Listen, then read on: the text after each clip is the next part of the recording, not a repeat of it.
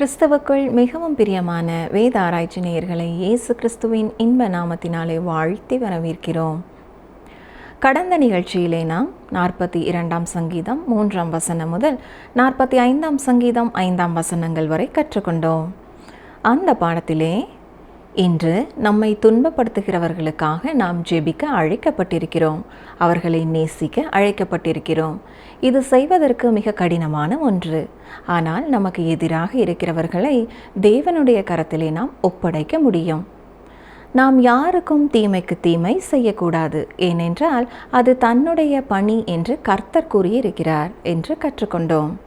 மேலும் ராஜாதி ராஜாவாக இயேசு கிறிஸ்து இந்த உலகத்திலே வரும்போது முழங்கால் யாவும் முடங்கும், நாவுகள் யாவும் அவரை கர்த்தர் என்று அறிக்கை பண்ணும் என்றும் கற்றுக்கொண்டோம். இன்று நாம் 45ஆம் சங்கீதம் 6ஆம் வசனம் முதல் 47ஆம் சங்கீதம் 9ஆம் வசனங்கள் வரை கற்றுக்கொள்ள இருக்கிறோம். இந்த பாடத்திலே விசுவாசிகளாகிய நாம் எப்பொழுதும் சந்தோஷமாய் இருக்க என்ன செய்ய வேண்டும்?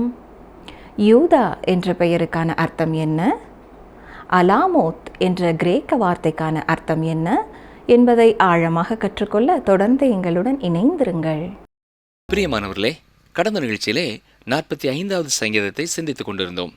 கிறிஸ்து தனது ராஜ்யத்தை ஸ்தாபிக்க பூமிக்கு வருவதை குறித்து கூறும் ஒரு சங்கீதம் இது என்று சிந்தித்தோம்.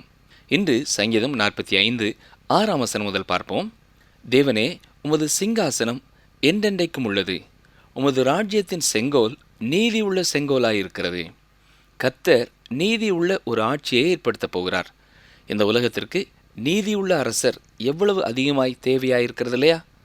தாம் திரும்பி வரப்போகிறதை குறித்து இயேசு கிறிஸ்துவும் சொல்லும் பொழுது மத்தேயு 25:31 அன்றியும் மனுஷகுமாரன் தமது மகிமை பொருந்தினவராய் சகல பரிசுத்த தூதரோடும் வரும்பொழுது தமது மகிமையுள்ள சிங்காசனத்தின் மேல் வீற்றிருப்பார் என்று கூறியிருக்கிறார். அதுவரை இந்த பூமியிலே சமாதானம் இருக்காது. இந்த பூமிக்கு தேவை சமாதானம். ஒரு தேசம் ஒரு துவக்க விழாவை கொண்டாடின பொழுது தேசிய கொடி பறக்க விடப்பட்டது. அப்பொழுது தேசத்தின் தலைவராயிருந்தவர் இந்த கொடி 1000 ஆண்டுகளாய் பறக்க வேண்டும் என்று வாழ்த்தினார். ஆனால் இன்று 200 ஆண்டுகள் முடிவடைந்து விட்டன. ஆனால் தேவனுடைய ஆளுகையோ நித்தியமானது, அது என்றென்றைக்கும் உள்ளது. சங்கீதம் 45:7 நீர் நீதியை விரும்பி அக்கிரமத்தை வெறுக்கிறீர். ஆதலால் தேவனே, உம்முடைய தேவன் உமது தோழரை பார்க்கிலும் உம்மை ஆனந்த தைலத்தினால் அபிஷேகம் பண்ணினார். அபிஷேகம் பண்ணப்பட்டவர் மேசியா. இதன் கிரேக்க வார்த்தைதான் கிறிஸ்து. கிறிஸ்து என்பது பெயர் அல்ல, அவர் வைத்திருக்கும் பொறுப்புக்கு கொடுக்கப்பட்டிருக்கிற தலைப்பு. முதல் முறை வந்தபொழுது ஒரு தீர்க்கதரிசியாக இயேசு வந்தார், அதாவது செய்தியாளராய் வந்தார். கர்த்தருடைய செய்தியை கொண்டு வந்தார். இது கடந்த காலத்தை குறிக்கிறது. இன்று அவரே நம்முடைய மகா பிரதான ஆசாரியராய் தேவனுடைய வலது பார்சத்திலே நமக்காக பரிந்து பேசுகிறவராய் இருக்கிறார். அதுதான் இன்று அவருடைய ஊழியம்.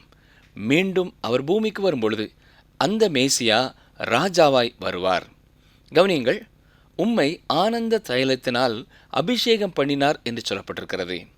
இயேசுவை குறித்து நம்மிலே பலர் சிந்திக்கும் பொழுது எப்பொழுதுமே அவர் துக்கம் நிறைந்தவராய் சிந்திக்கிறோம். இந்த பூமிக்கு வந்த பொழுதும் கூட அவரே இந்த பூமியில் உள்ள எல்லாரை காட்டிலும் எப்பொழுதும் ஆனந்தமாய் இருந்தவர் என்று சொல்லலாம். இந்த சங்கீதம் இயேசு கிறிஸ்துவை கூறும் மேசியாவின் சங்கீதங்களில் ஒன்றாகும். எபிரேயர் 1ஆம் அதிகாரம் 8ஆம் 9ஆம் வசனங்கள் இந்த சங்கீதத்திலிருந்துதான் எடுத்து பயன்படுத்தப்பட்டிருக்கிறது. கவனியங்கள், வாசிக்கிறேன். குமாரனை நோக்கி, தேவனே, உம்முடைய சிங்காசனம் என்றென்றைக்கும் உள்ளது, உம்முடைய ராஜ்யத்தின் செங்கோல் நீதியுள்ள செங்கோலாயிருக்கிறது. நீர் நீதியை விரும்பி அக்கிரமத்தை வெறுத்திருக்கிறீர். ஆதலால் தேவனே, உம்முடைய தேவன் உமது தோழரை பார்க்கிலும் உம்மை ஆனந்த தைலத்தினால் அபிஷேகம் பண்ணினார் என்றும். சிலர் இந்த சங்கீதத்தை சாலமோனுக்கோ அல்லது பெயரறியாத மற்றொரு அரசனையோ குறித்து கூறுகிறது என்பார்கள். ஆனால் கவனமாக நீங்கள் படிப்பீர்கள் என்றால் எபிரேயர் 1வது அதிகாரத்திலே கிறிஸ்துவை எப்படி மகிமையோடு காட்டப்பட்டிருக்கிறதோ, தேவதூதர்களை விட உயர்த்தப்பட்டவராய் காட்டப்பட்டிருக்கிறதோ, அதுபோலவே இங்கேயும் கிறிஸ்து காட்டப்பட்டிருக்கிறார். சங்கீதம் 45:8 பாருங்கள்.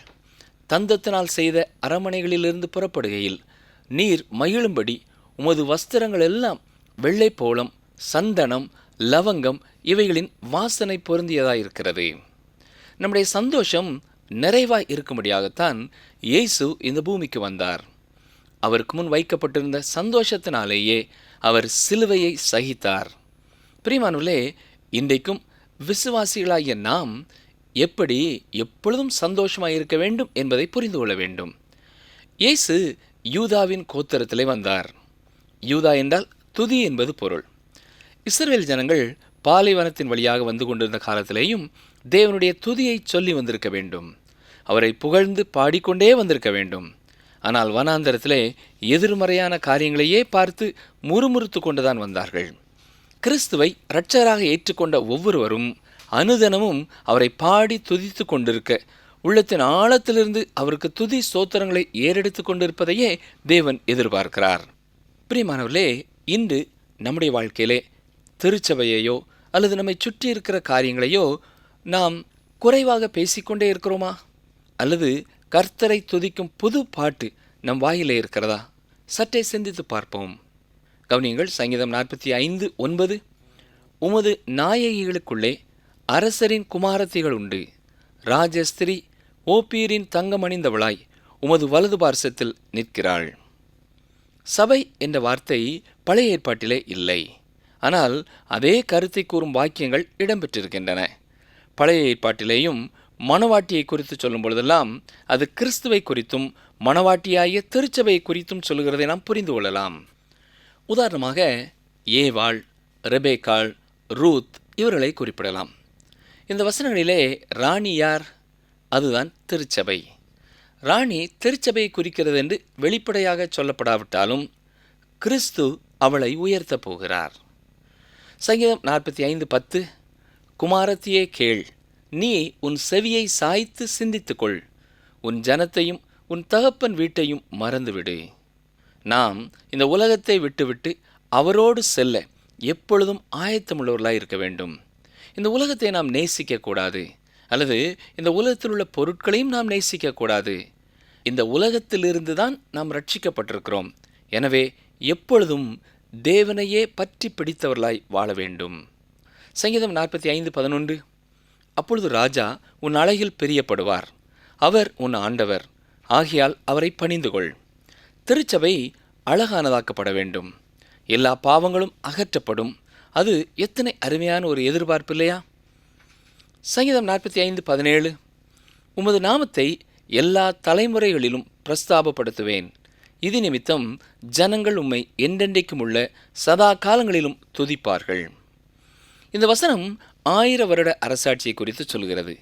என்றாலும் ராஜ்யமானது நித்திய காலமாய் தொடர்ந்து செல்லப் போகிறது.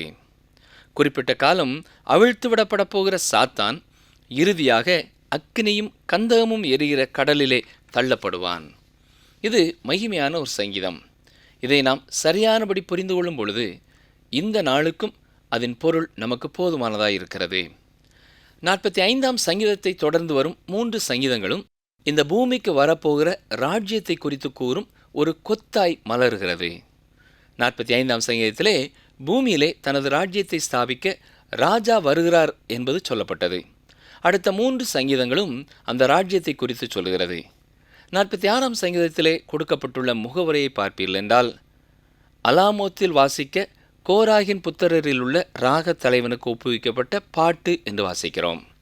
இந்த அலாமோத் என்ற வார்த்தை ஏசாயா 7ஆம் அதிகாரம் 14ஆம் வசனத்திலேயும் பயன்படுத்தப்பட்டிருக்கிறது. வாசிக்கிறேன், கவனியுங்கள். ஆதலால் ஆண்டவர் தாமே உங்களுக்கு ஒரு அடையாளத்தை கொடுப்பார், இதோ ஒரு கன்னிகை கற்பவதியாகி ஒரு குமாரனை பெறுவாள், அவருக்கு இம்மானுவேல் என்று பெயரிடுவாள். அலாமோத் என்ற வார்த்தை இல்லையே என்று நீங்கள் எண்ண வேண்டாம். அது எபிரேய வார்த்தை. இங்கே அந்த வார்த்தை கன்னிகை என்ற வார்த்தைக்கு பயன்படுத்தப்பட்டிருக்கிறது. இந்த 46ஆம் சங்கீதத்தை பொறுத்தமட்டிலேயும் பெண்களின் குரலால் என்று சொல்லலாம். இந்த பாடல் ஒரு விடுதலையின் பாடல். செங்கடலை இஸ்ரவேல் ஜனங்கள் கடந்த பொழுது மோசேயும் மிரியாமும் முன்னின்று அந்த பாடல்களை பாடினார்கள். அநேக பெண்கள் மிரியாமோடு கூட இசை கருவிகளோடு பாடினார்கள். இஸ்ரவேல் ஜனங்களும் மோசேயும் பாடிய பொழுது மிரியாம் அவர்களுக்கு பதில் கூறினாள். யாத்ராமம் 15ஆம் அதிகாரம் 21ஆம் வசனம், மிரியாம் அவளுக்கு பிரதிவசனமாக, கர்த்தரை பாடுங்கள், அவர் மகிமையாய் வெற்றி சிறந்தார், குதிரையையும் குதிரை வீரனையும் கடலிலே தள்ளினார் என்று பாடினாள். எனவே அந்த பாடலிலே தனி பாடல் பாடி பாடலை நடத்தியது மோசேயின் சகோதரியாகிய மிரியாம். அது மிகப்பெரிய வெற்றியின் கொண்டாடுதலாய் இருந்தது. இப்பொழுது மீதமிருக்கும் இஸ்ரவேல் ஜனங்களை அவருடைய எதிரியின் கையிலிருந்து இயேசு கிறிஸ்துவின் வருகையிலே அவர் விடுதலை செய்யும் பொழுதும் அது ஒரு பெரிய கொண்டாட்டமாய் இருக்கும். இந்த பின்னணியத்தை வைத்துத்தான் இந்த சங்கீதத்தை நாம் படிக்க வேண்டும். இந்த சங்கீதமும் 47, 48 சங்கீதங்களோடு சேர்ந்து 45 சங்கீதத்தை தொடர்ந்து வரும் சங்கீதங்களாய் இருக்கிறது. இந்த 4 சங்கீதங்களும் ஒன்றோடு ஒன்று இணைக்கப்பட்டதாய் இருப்பதனாலே ஒன்றோடு ஒன்று இணைக்கப்பட்டதாகவே நாம் பொருள் கொள்ள வேண்டும். அல்லது இவை நமக்கு சரியான அர்த்தத்தை கொடுக்க முடியாது. 46 சங்கீதம் தனியாக பாடப்படும் ஒரு அல்லேலூயா கீதம் போல இருக்கிறது. இதிலே தேவன் எப்படி போதுமானவர், அவருடைய பாதுகாவல் எப்படி போதுமானது, எப்படி அவர் உன்னதமானவர் என்பது விளக்கி சொல்லப்பட்டிருக்கிறது. வாசிக்கிறேன். சங்கீதம் 46 முதல் 3 வசனங்கள். தேவன் நமக்கு அடைக்கலமும் பலனும் ஆபத்து காலத்தில் அனுகூலமான துணைமானவர். ஆகையால் பூமி நிலை மாறினாலும் மலைகள் நடு சமுத்திரத்தில் சாய்ந்து போனாலும் அதன் ஜலங்கள் கொந்தளித்து பொங்கி அதன் பெருக்கினால் பர்வதங்கள் அதிர்ந்தாலும் நாம் பயப்படுவோம். இது மிக அருமையான ஒரு வாக்குத்தத்தம். ஆனால் இது உண்மை என்று எப்படி தெரியும் என்று நீங்கள் கேட்கலாம். ஏனென்றால் வேத வசனம் இவ்வாறு சொல்லுகிறது. இதை தங்கள் வாழ்க்கையிலே சோதித்த ஒவ்வொருவருமே இது எவ்வளவு உண்மை என்பதை அனுபவத்திலிருந்து கூற முடியும். சங்கீதம் 34:8 என்ன வாசித்தோம்? கர்த்தர் நல்லவர் என்பதை ருசித்து பாருங்கள், அவர் மேல் நம்பிக்கையாய் இருக்கிற மனுஷன் பாக்கியவான் என்று பார்த்தோம். இயேசு கிறிஸ்துவும் யோவான் 7:17 சொல்லும் பொழுது, அவருடைய சித்தத்தின்படி செய்ய மனதுள்ளவன் எவனோ அவன் இந்த உபதேசம் தேவனால் உண்டாயிருக்கிறதோ நான் சுயமாய் பேசுகிறேனோ என்று அறிந்து கொள்வான் என்று சொல்லியிருக்கிறார். பிரச்சனையான நேரங்களிலே நீங்கள் தேவனை நிச்சயமாய் எதிர்பார்க்கலாம். அவரை நீங்கள் நம்பலாம். தேவன் எப்படி போதுமானவர் என்பதை அறியாதிருக்கிறபடினாலே தான் கிறிஸ்தவர்கள் என்று தங்களை சொல்லிக் கொள்ளுகிற பலரும் கூட இருட்டான வேளைகளிலே அவரை நம்புகிறதில்லை. அவர் எப்படி போதுமானவர் என்பதை தங்களுடைய வாழ்க்கையிலே கற்றுக்கொள்ளாதவர்களாகவே அவர்கள் இருக்கிறார்கள்.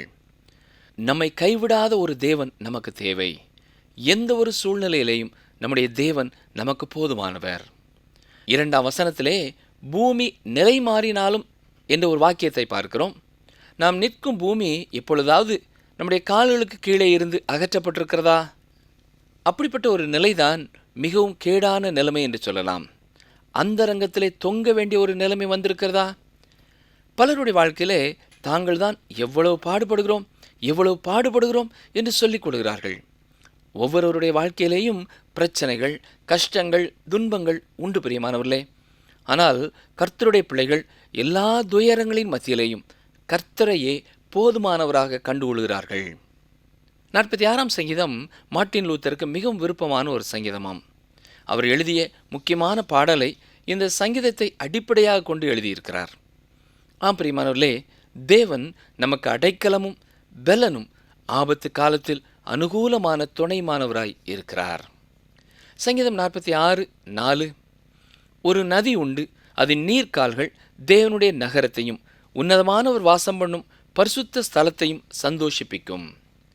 இங்கே சந்தோஷப்படுத்தும் ஒரு நதியை குறித்து, தண்ணீரை குறித்து சொல்லப்பட்டிருக்கிறது. இது எப்பொழுதும் உற்சாகத்தையும் ஆறுதலையும் பலனையும் தரும் கர்த்தருடைய வார்த்தையாயிருக்கிறது. ஞாபகம் இருக்கிறதா? 1வது சங்கீதத்திலே நாம் படிக்கும் பொழுது, பாக்கியவானான ஒரு மனுஷன் நீர்க்கால்களின் அண்டையிலே நடப்பட்ட மரத்திற்கு ஒப்பிடப்பட்டிருக்கிறான். எசேக்கியேல் 47 ஒரு நதியை குறித்து நாம் படிக்கிறோம். அது மட்டுமல்ல, வெளிப்படுத்தின விசேஷம் 22ஆம் அதிகாரத்திலேயும் பளிங்கை போன்ற தெளிவான ஜீவ தண்ணீர் உள்ள சுத்தமான நதி தேவனும் ஆட்டுக்குட்டியானவரும் இருக்கிற சிங்காசனத்திலிருந்து புறப்பட்டு வருகிறதை குறித்து நாம் வாசிக்கிறோம். இப்பொழுது சங்கீதம் 46:5 முதல் 7 வரை வாசிக்கிறேன். தேவன் அதன் நடுவில் இருக்கிறார், அது அசையாது. அதிகாலையிலே தேவன் அதற்கு சகாயம் பண்ணுவார். ஜாதிகள் கொந்தளித்தது, ராஜ்யங்கள் தத்தளித்தது. அவர் தமது சத்தத்தை முழங்க பண்ணினார். பூமி உருகி போயிற்று. சேனைகளின் கர்த்தர் நம்மோடு இருக்கிறார். யாக்கோபின் தேவன் நமக்கு உயர்ந்த அடைக்கலமானவர். ஜாதிகள் கொந்தளித்தது, ராஜ்யங்கள் தத்தளித்தது என்பது மகா உபத்திரவ காலத்திலே நடக்கப் போகும் ஒரு காரியமாயிருக்கிறது. அந்த இருளான காலகட்டத்திலே வெள்ளம் போல சத்துரு வரும்பொழுது அவர் தமது சத்தத்தை முழங்க பண்ணினார். அப்பொழுது பூமி உருகி போயிற்று. இப்படிப்பட்ட நேரத்திலே மீதி இருக்கும் கர்த்தருடைய ஜனங்கள் விடுதலையின் கீதத்தை பாடுவார்கள். எப்படி பாடுவார்கள்? சேனைகளின் கர்த்தர் நம்மோடு இருக்கிறார், யாக்கோபின் தேவன் நமக்கு உயர்ந்த அடைக்கலம் என்று பாடுவார்கள். 8, 9 வசனங்களை கவனியுங்கள். பூமியிலே பால் கடிப்புகளை நடப்பிக்கிற கர்த்தருடைய செய்கைகளை வந்து பாருங்கள். அவர் பூமியின் கடைமுனை மட்டும் யுத்தங்களை ஓய பண்ணுகிறார். வில்லை ஒடித்து ஈட்டியை முறிக்கிறார். ரதங்களை நெருப்பினால் சுட்டெரிக்கிறார். மேசியா பூமியை நியாயம் தீர்க்கும்படியாய் வருகிறார். அவரே யுத்தங்களை ஓய பண்ண போகிறார். வில்லை ஒடிக்கிறார், ஈட்டியை முறிக்கிறார், ரதங்களை அக்கினியினாலே சுட்டெரிக்கிறார். இது இந்த பூமியிலே இறுதியான நாட்களை நமக்கு நினைப்பூட்டுகிறது. நேபுகாத் நேச்சார் கண்ட தரிசனத்திலே தானியேல் 2 அதிகாரம் 44 வசனத்திலே நாம் பார்க்கிறது போல ஒரு கல் கையால் பெயர்க்கப்படாமல் மலையிலிருந்து பெயர்ந்து உருண்டு வரும். நமக்கு வேதத்தில் சொல்லப்பட்டிருப்பது என்ன? அர்மகதான் யுத்தம் முடிந்த பிறகு எங்கு பார்த்தாலும் சடலங்கள் கிடக்கும். தேவன் செய்த இந்த செயல் தேவன் ஒருவர் உண்டு என்பதை உலகத்திற்கு சொல்லும். பூமியிலே சமாதானம் கொண்டு வரப்படும் என்பது ஒரு ஆசீர்வாதமான உண்மை. ராஜாதி ராஜா வரும்பொழுது அத்தனை அநீதிகளையும் பூமியை விட்டு அவர் ஒழிய பண்ணுவார். சங்கீதம் 46, 10, 11 வசனங்கள். நீங்கள் அமர்ந்திருந்து நானே தேவன் என்று அறிந்து கொள்ளுங்கள். ஜாதிகளுக்குள்ளே உயர்ந்திருப்பேன், பூமியிலே உயர்ந்திருப்பேன். சேனைகளின் கர்த்தர் நம்மோடு இருக்கிறார், யாக்கோபின் தேவன் நமக்கு உயர்ந்த அடைக்கலமானவர். பிரியமானவர்களே, ஜாதிகளுக்குள்ளே உயர்ந்திருப்பேன், பூமியிலே உயர்ந்திருப்பேன் என்று சொல்லப்பட்டிருக்கிறது. இந்த பூமியை குறித்து தேவனுடைய நோக்கம் இதுதான். அது மட்டுமல்ல, நீங்கள் அமர்ந்திருந்து நானே தேவன் என்று அறிந்து கொள்ளுங்கள் என்று சொல்லுகிறார். இந்த சத்தியத்தை குறித்த அறிவுள்ளவர்களாய் பிரச்சனைகளின் மத்தியிலேயும் கலக்கங்களின் மத்தியிலேயும் துயரங்களின் மத்தியிலேயும் நாம் அமர்ந்து இருக்க முடியும்.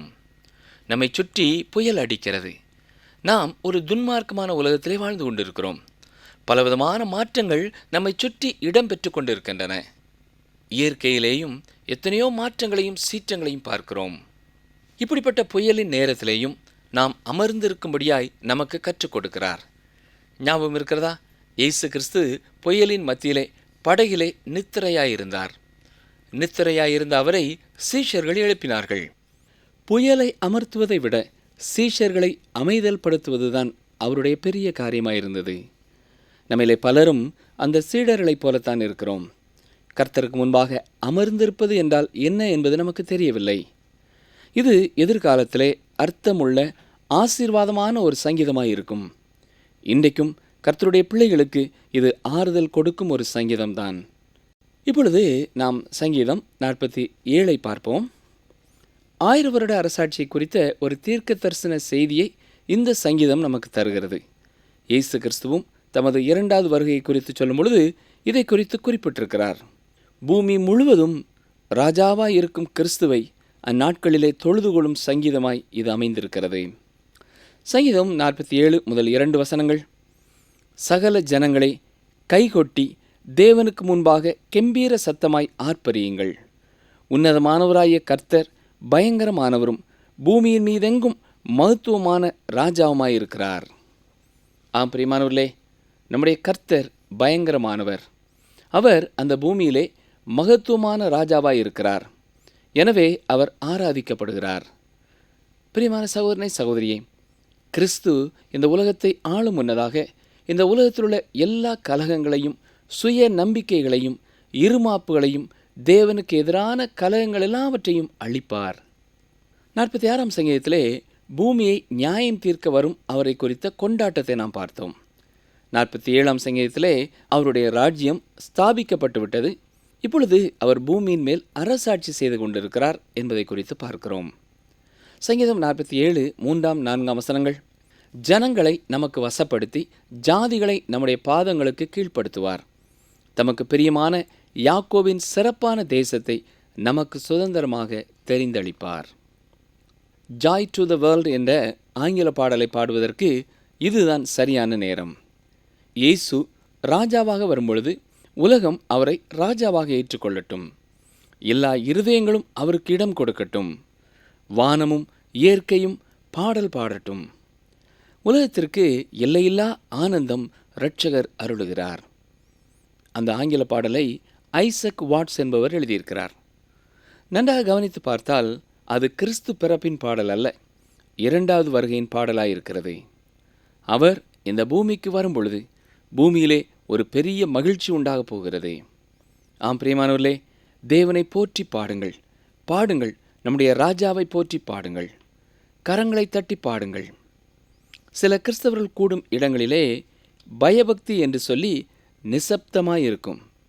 பல வேளைகளிலே அது பயபக்தி அல்ல, அது மரித்து போன ஒரு நிலைமை. நம்முடைய ஆலய ஆராதனைகளிலே உற்சாகம் இருக்கட்டும், ஆனந்த பாடல் இருக்கட்டும், தேவனை ஆர்ப்பரிப்போடு பாடும் அனுபவங்கள் நமக்கு இருக்கட்டும். சங்கீதம் 47, 5 முதல் 9 வரை பாருங்கள். தேவன் ஆர்ப்பரிப்போடும் கர்த்தர் எக்கால சத்தத்தோடும் உயர எழுந்தருளினார். தேவனை போற்றி பாடுங்கள், பாடுங்கள், நம்முடைய ராஜாவை போற்றி பாடுங்கள், பாடுங்கள். தேவன் பூமி அனைத்திற்கும் ராஜா. கருத்துடனே அவரை போற்றி பாடுங்கள். தேவன் ஜாதிகள் மேல் அரசாளுகிறார். தேவன் தமது பரிசுத்த சிங்காசனத்தின் மேல் வீற்றிருக்கிறார். ஜனங்களின் பிரபுக்கள் ஆபிரகாமின் தேவனுடைய ஜனங்களாக சேர்க்கப்படுகிறார்கள். பூமியின் கேடகங்கள் தேவனுடையவைகள். அவர் மகா உன்னதமானவர். பிரியமானவர்களே, தேவன் ஆர்ப்பரிப்போடும் எக்கால சத்தத்தோடும் உயர எழுந்தருளினார். உயர எழுந்தருளினார் என்றால் பொருள் என்ன? அவர் கீழே இறங்கி வந்தார். 2000 ஆண்டுகளுக்கு முன்னதாக அவர் இறங்கி வந்தார். பெத்லெஹேமிலே பிறந்தார். இரட்சிப்பின் பணியை பூமியிலே செய்து முடித்தார். பின்னர் அவர் பரலோகத்திற்கு எழுந்தருளி சென்றார். 24ஆம் சங்கீதம் அதை குறித்து தான் பேசுகிறது. ஆனால் இந்த சங்கீதத்திலே மற்றும் ஒரு உயர எழுந்திருத்தலை குறித்தும் பேசுகிறது. 2வது முறை அவர் பூமிக்கு வரும்பொழுது அவர் தன்னுடைய ராஜ்யத்தை பூமியிலே ஸ்தாபித்து புதிய எருசலேமிற்கு அவர் புறப்பட்டு போகிறார். புதிய எருசலேமிற்கும் அப்பொழுது இருக்கப் போகும் பூமிக்கும் போக்கும் வரத்துமாயிருக்கும். 1000 வருட அரசாட்சியின் காலத்திலே தேவன் அவ்வப்பொழுது எழுந்தருளி தமது மகிமையை காண்பிப்பார். இந்த சங்கீதம் எவ்வளவு மகிமையான ஒரு காலகட்டத்தை சுட்டி காட்டுகிறது இல்லையா? அருமையான சகோதரனை சகோதரியே, கிறிஸ்துவின் வருகைக்காக ஆயத்தமாயிருக்கிற நீங்களும் நானும் இக்காலத்திலேயும் தேவனை ஆர்ப்பரிப்போடும் மகிழ்ச்சியான சத்தத்தோடும் பாடலாம். அப்படி பாட வேண்டியது நம்முடைய கடமையாயிருக்கிறது. ஏனென்றால் கர்த்தர் உன்னதமானவர், அவர் உயர்ந்தவர், அவர் பயங்கரமானவர், அவர் மகத்துவமான ராஜா. அவரை தெய்வமாக கொண்ட ஜனம் பாக்கியம் உள்ளது.